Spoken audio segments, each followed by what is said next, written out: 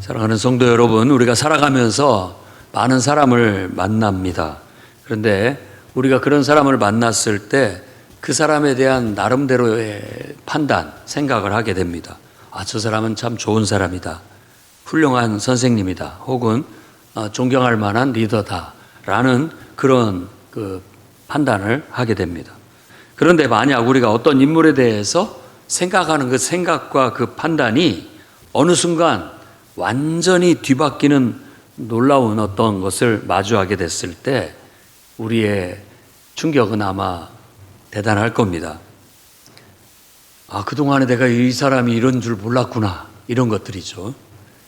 오늘 우리가 읽은 본문의 말씀 속에서도 바로 예수님이 사람들이 알고 있는 그 어떤 사람과 또 다른 면을 가지고 있는 그런 분이라는 걸 깨닫고 놀라워하는 것을 우리가 오늘 말씀에서 깨달을 수가 있습니다. 한 예를 든다면 어떤 마을에 친절하고 지혜롭고 또 어려운 이웃을 잘 돕는 그런 젊은이가 살고 있었어요. 그래서 그 사람은 마을의 보배라고 알려지게 됐고 또 사람들이 그를 훌륭한 젊은이라고 하면서 다들 좋아했습니다. 그리고 그 마을에 당연히 그냥 존경받는 지도자로 세움을 받았죠. 그런데 어느 날 그 젊은이가 오랫동안 소식이 끊겼던 이 나라의 왕자였다. 그리고 그는 이제 다시 복귀해서 이 나라의 왕통을 이어받을 왕이 되실 분이다 라는 사실을 알게 된 거예요. 그랬을 때 그동안 친하게 지내면서 또 재밌게 지내면서 허물없이 지냈던 그 젊은이와 그 사실을 알고 그 젊은이를 봤을 때 마음 자세는 이제 달라진 거죠. 우리가 알고 있던 그 젊은이가 정말 우리가 경배하고 우리가 섬겨야 할 이 나라의 위대한 왕이라니. 그랬을 때 그 마음은 완전히 달라질 수밖에 없는 것입니다. 그런 것처럼 우리도 예수님을 오늘 말씀에서처럼 다윗의 자손으로 알았다가 갑자기 다윗도 그분을 주라고 칭할 만큼 놀라운 분이다 라는 걸 깨달았을 때 바로 이 느낌이었으리라고 생각이 듭니다.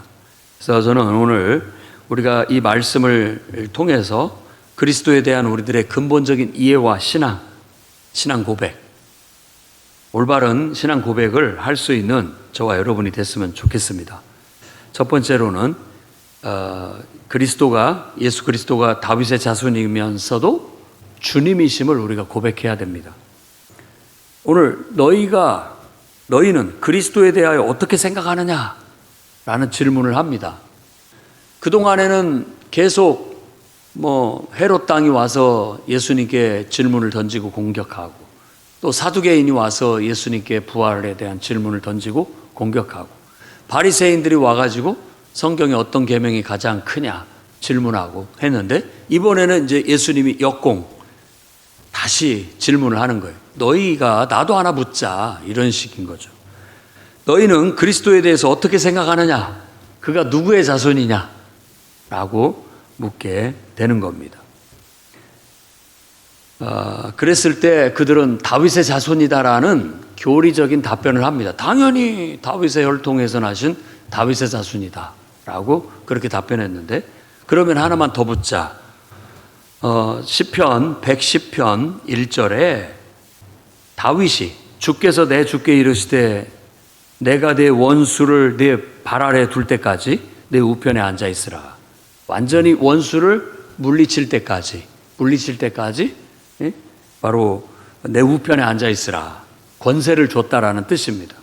권세 위에 앉아 있으라. 그러니까 왕의 위치에 올라 있어라 라고 하신 말씀이에요. 그러면 여기서 다윗이 메시아에 대해서 그리스도에 대해서 예언을 하고 있는데 왜 그 메시아에 대해서 다윗이 자기 후손인데 주님이라고 말을 했느냐라고 답변해봐라 했을 때 바리새인들이 감히 대답하는 자가 없었고 묻지도 못하고 당황해했다라고 말하고 있는 거예요. 그러니까 다윗이 성령에 감동되어서 말했다라는 것에 우리가 초점을 둬야 됩니다. 인간적으로는 다윗의 후손이에요. 그러나 성령에 감동되어져서 그가 하나님의 영적인 계시를 받고 봤을 때는 그 자기의 혈통에 따라 후손으로 오게 될 그 왕은, 그 메시아는 바로 성육신하신 하나님, 그러니까 진정한 다윗 왕에게도 주인이 되시는 분이다라는 것을 말해주고 있는 거예요. 그래서 육신의 혈통으로는 다윗의 혈통이지만 다윗조차도 그분은 주님이라고 부를 수 있는 그야말로 하나님의 아들, 하나님의 성육신하신 하나님이라는 걸 분명히 보여줍니다. 그래서 성경의 가르침은 예수 그리스도는 바로 완전한 인간이시고 동시에 완전한 하나님이시다라는 교리가 여기에서 나오게 됩니다. 이사야 7장 14절을 보면은 보라 처녀가 잉태하여 아들을 낳을 것이요 그 이름을 임마누엘이라 하리라 라고 하면서 처녀를 통해서 이 땅에 성육신하실 하나님에 대한 예언인 것을 말해주고 있습니다. 또한 이사야 9장 6절 말씀은 이는 한 아이가 우리에게 낳고 한 아들을 우리에게 주신 바 되었는데 그 어깨에는 정사를 메었고 그 이름은 기묘자라 모사라 전능하신 하나님이라 영존하시는 아버지라 평강의 왕이라 할 것임이라. 자, 전능하신 하나님이다. 그래서 이런 말씀을 가지고 사도 베드로도 주는 그리스도시요 살아계신 하나님의 아들이십니다라고 고백하는 거예요. 그러니까 이게 하나님의 아들이라는 그 고백은 성육신하신 하나님이시다라는 그런 고백이 되는 겁니다. 참 우리가 정말 예수 그리스도 그야말로 한 인간으로 이 땅에 마리아를 통해서 한 처녀의 몸을 통해서 우리와 똑같은 인간으로 태어난 한 사람이었지만 그가 성육신하신 하나님이었다니 그 놀라운 거 아닙니까? 아마 그 사실을 알았다면 모든 사람들은 그분 앞에 가서 경배하고 감히 고개도 제대로 들지 못했을 거예요. 그 아까 예를 들었던 한 마을의 그 젊은이가 그냥 우리하고 허물없이 똑같이 별반 다를 것 없는 젊은이로 보았는데 그가 잃어버린 그야말로 이 나라의 왕통을 이을 왕자였다니. 그리고 이제 임금님이 그를 찾아서 그를 왕위를 물려줄 사람이라니. 이제는 그를 대하는 태도가 감히 그 앞에 함부로 말도 못 걸고 그에게 경의를 표해야 되는 그런 존재인 것을 알게 된 것처럼 예수 그리스도께서 성육신하신 하나님이다 라는 걸 안다면 모두가 다 그분 앞에 무릎을 꿇고 경배할 수밖에 없는 존재라는 걸 알게 될 겁니다. 여러분은 예수 그리스도를 어떻게 알고 계십니까? 여러분은 예수님의 질문처럼 너희는 그리스도에 대해서 어떻게 생각하느냐? 나하고 친한 친구, 나의 구원자, 그야말로 나를 창조하신 분이요, 나를 사랑하셔서 이 땅에 인간으로 내게 다가와 주신 분이고 자기의 모든 것을 너무나 사랑해서 자기의 모든 것을 나를 위해 다 내어주신 분이다. 그리고 그분은 사망의 권세를 깨뜨리고 부활하셔서 우리에게 부활의 새 생명의 소망을 주신 분이다. 그 큰 은혜를 생각하면 얼마나 놀랍고 얼마나 감사하고 그런지 여러분 정말 예수 그리스도에 대한 제대로 된 깨달음이 있기를 바랍니다. 요한복음 1장 14절 말씀이 육신되어 우리 가운데 거하심에 우리가 그의 영광을 보니 아버지의 독생자의 영광이요 은혜와 진리가 충만하더라. 아버지의 독생자의 영광이라는 게 딱 한 번 하나님께서 인간이 되어 이 땅에 오신 분이다 이런 말입니다. 딱 한 번 성육신하신 하나님이다 라는 거예요. 그 위에 은혜와 진리가 충만하더라. 정말 말로 할 수 없는 은혜가 예수 안에 있어요. 그래서 예수 그 이름만 불러도 우리 마음이 그냥 감격적이고 정말 너무나 감사하고 우리 마음이 충만해질 수 있어야 되겠습니다. 예수 그리스도 안에 구원의 진리, 인생의 진리, 내 삶의 모든 의미와 가치가 다 있어요. 그래서 우리는 그냥 오직 예수죠. 오직 예수. 유대인들은 그걸 이해를 못합니다. 진정한 예수 그리스도를 메시아로, 하나님의 아들로 인정하지 않기 때문에 그런 은혜와 진리가 없어요.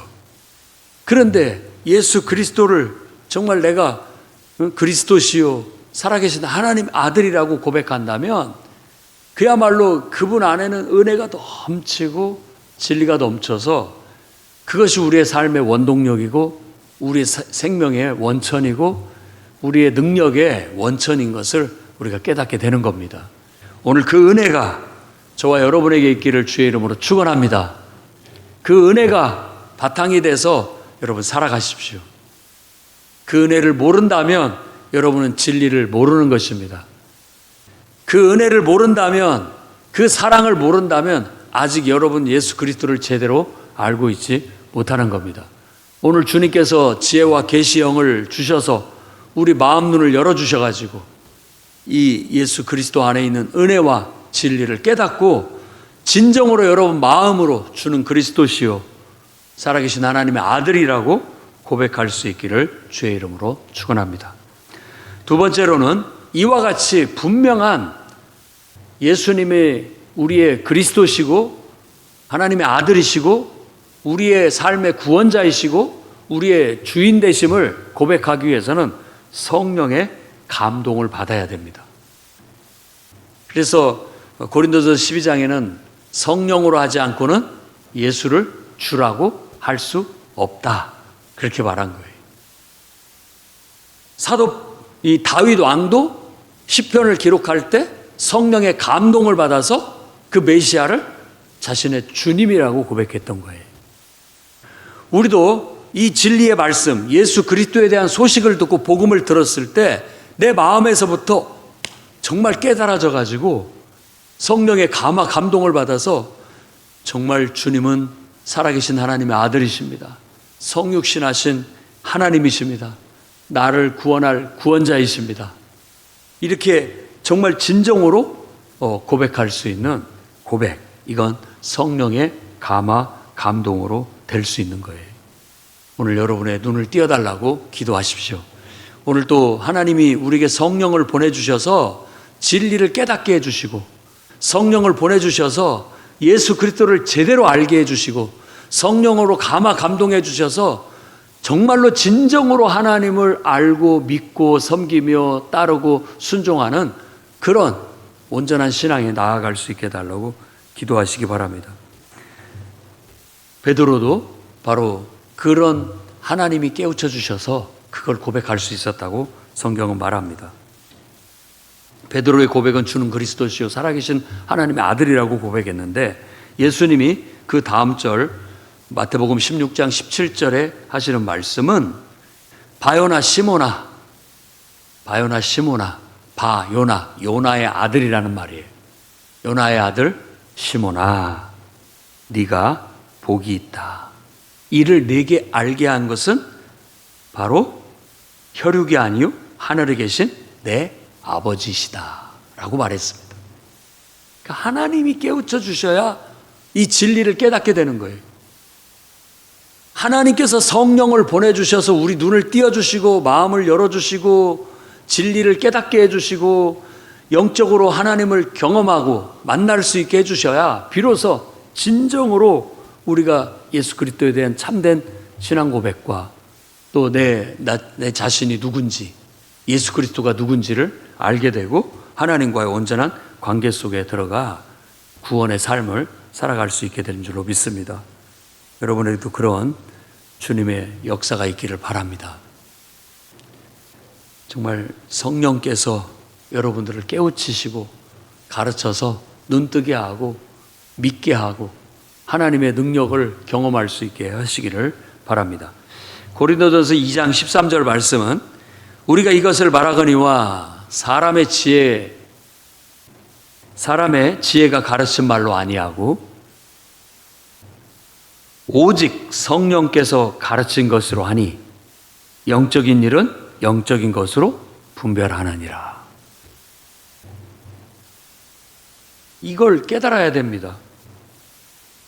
성령께서 가르치셔요. 성령께서. 인간의 가르침만이 아니에요. 성령께서 감화 감동해서 우리를 깨우쳐 주시면 영적인 것은 영적으로 분별할 수 있는 거예요. 정말로 예수 그리스도가 누군지 알게 되면 우리가 겸손해져서 주님 앞에 죄인이라 고백하고 정말 주님을 내 평생 기쁨과 감동으로 주님을 섬기겠노라고 결단하게 되는 거예요. 여러분이 그런 결단이 있기를 바랍니다. 그리고 여러분들의 자녀들이 그렇게 깨닫는 은혜가 있고 정말 마음에 막 감동이 넘쳐 성령의 감화 감동을 받아서 기쁨과 감격 속에 이제는 내가 예수님을 나의 구주로 섬기겠습니다. 예수님을 나의 인생의 주인으로 섬기겠습니다. 고백하는 그런 감동적인 그런 거듭남의 역사가 있기를 바랍니다. 우린 이것을 위해서 기도해야 되겠고 하나님께서 보내주신 영혼들, 그 영혼들에게 이 진리의 말씀을 가르치되 성령의 감화 감동으로 깨달아서 그들도 이런 감격스러운 그런 고백을 하면서 나 구원받았네 기쁨으로 하나님께 찬양하며 어쩔 줄 모르는 그 기쁨과 감격이 있기를 바랍니다. 그래서 우리가 다 그런 감격이 있고 구원의 기쁨이 있는 성도들이라면 예배가 어떻게 드려지겠습니까? 막 기쁘고 감격적이고 너무나 은혜롭겠죠. 여러분 그런 은혜가 여러분에게 깨어나기를 바랍니다. 그냥 은혜도 모르고 깨달음도 없고 밋밋한 그런 예배가 아니라 어떻게 우리가 하나님을 예배하는데 그렇게 예배드릴 수 있겠습니까? 마음을 다하고 뜻을 다하고 힘을 다해서 주님을 찬양하고 기쁨과 환호와 어떤 온 모든 것들을 다 동원해서 하더라도 뭔가 하나님 앞에 부족함을 느끼는 그런 다이나믹하고 성령이 역사하고 하나님이 감동하고요. 정말 하나님의 능력이 나타나는 그런 예배로 이 풍요로운 교회 예배가 회복될 수 있기를 바랍니다. 나부터 또 여러분부터 우리가 먼저 그런 예배를 드릴 수 있기를 정말로 축원합니다. 그렇게 영적으로 깨어나기를 예수 이름으로 축원합니다. 여러분의 기도가 영적으로 더 충만해지기를 축원합니다. 여러분들의 찬양이 더 신령해지기를 주의 이름으로 축원합니다. 그다음에 세 번째로는 이제 그리스도의 주되심을 우리가 인정했다면 진정으로 그리스도께서 우리의 삶의 주인 되심을 실천하며 살아야 가야 되겠습니다. 여러분, 예수님이 나의 구원자이시고 나는 이제 예수님께 내가 목숨을 비쳤다. 왜냐하면 예수님이 내 대신 죽어줬으니까. 이제는 내 삶은 내가 목숨을 비쳤으니까 예수님의 생명이 내 안에 있어 예수 그리스도께서 나를 통해서 사시는 인생이다. 이게 바로 거듭난 인생이요. 예수님의 주되심을 인정하는 그런 태도라고 할 수 있겠습니다. 그럼 그런 태도를 가지고 우리는 어떻게 살아가야 됩니까? 구체적으로 말한다면 몇 가지만 얘기해 본다면 매일 기도로 시작하고 기도로 살고 기도로 마쳐야 됩니다. 그게 예수님을 나의 주인으로 인정하는 그런 실천이에요.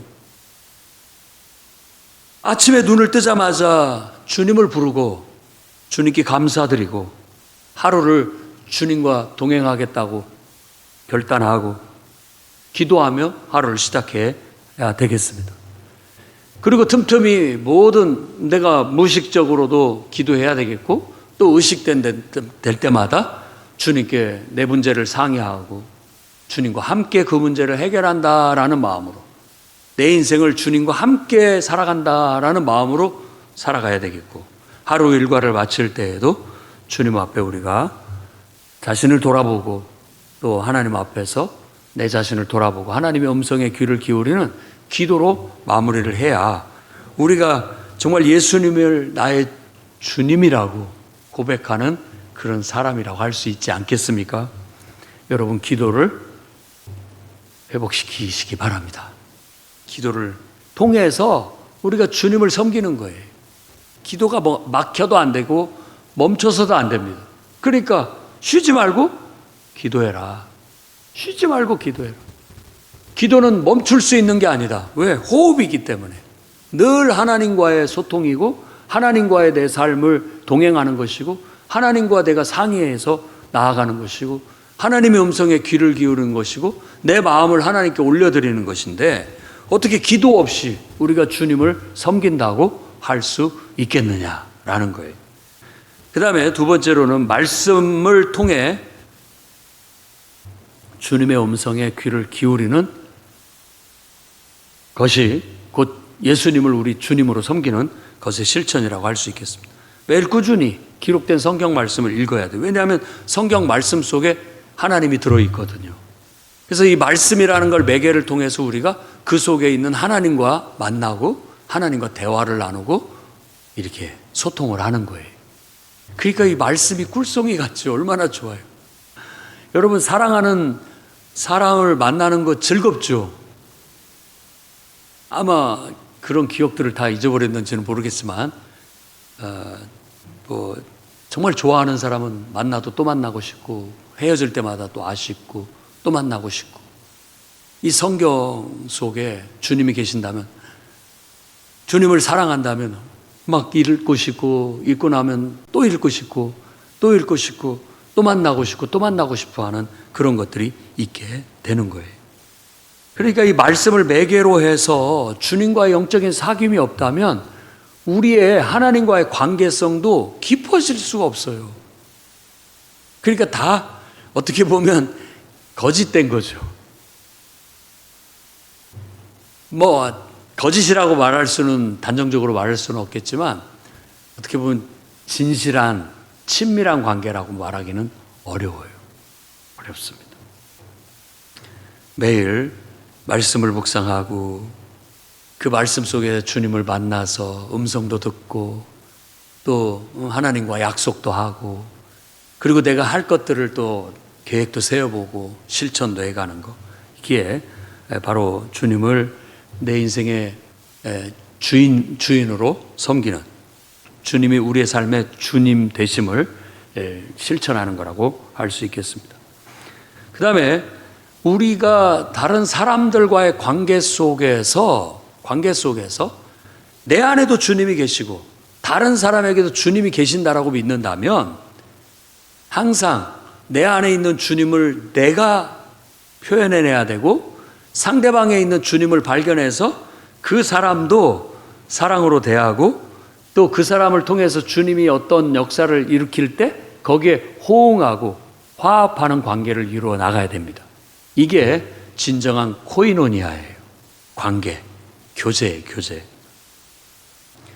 그래서 주께 하듯 해라. 인간관계도 주님께 하듯 모든 관계 속에서 사람들과 관계 속에서 저 사람을 통해서 하나님이 나에게 이렇게 깨우치시는구나. 이 일을 통해서 하나님이 나한테 이렇게 말씀하시는구나. 이런 것들을 얻어내는 것이 진정한 관계에 통해서 주님의 주되심을 실천해 나아가는 거라고 할 수 있을 것입니다. 하나님께서 저 사람을 내게 보내주신 것이 주님이 이런 뜻이 있어서이구나 라고 해석하고 인정하고 받아들이고 그 뜻을 추구해 나가는 것. 이게 내 관계 속에서도 주님의 주되심을 실천하는 것이라고 할 수 있겠습니다. 우리가 하는 일 속에서도 마찬가지입니다. 우리가 닥치는 일들 또 주어진 일들 속에서도 이 모든 일들이 주인 대신 주님께서 내게 주신 것이라고 받아들이고 그 속에서 하나님이 주셨다면 내가 이거 하나님을 대하듯이 하나님이 내게 맡기신 일처럼 대해야 되는 거. 이게 주님의 주되심을 실천하는 거라고 할 수 있겠습니다. 또 시간과 재물도 마찬가지입니다. 다 주님이 주신 거거든요. 그렇다면 내 마음대로 내 것이라고 내 마음대로 쓸 것이 아니라 주님 뜻대로 써야지요. 우리 몸도 마찬가지 아니겠습니까? 그래서 내 몸도 내 마음대로 할 수 없기 때문에 내가 내 스스로 목숨을 끊는 것도 하나님 앞에 불신, 불경이라고 생각하는 거예요. 어떻게 내 마음대로 할 수 있겠냐고요.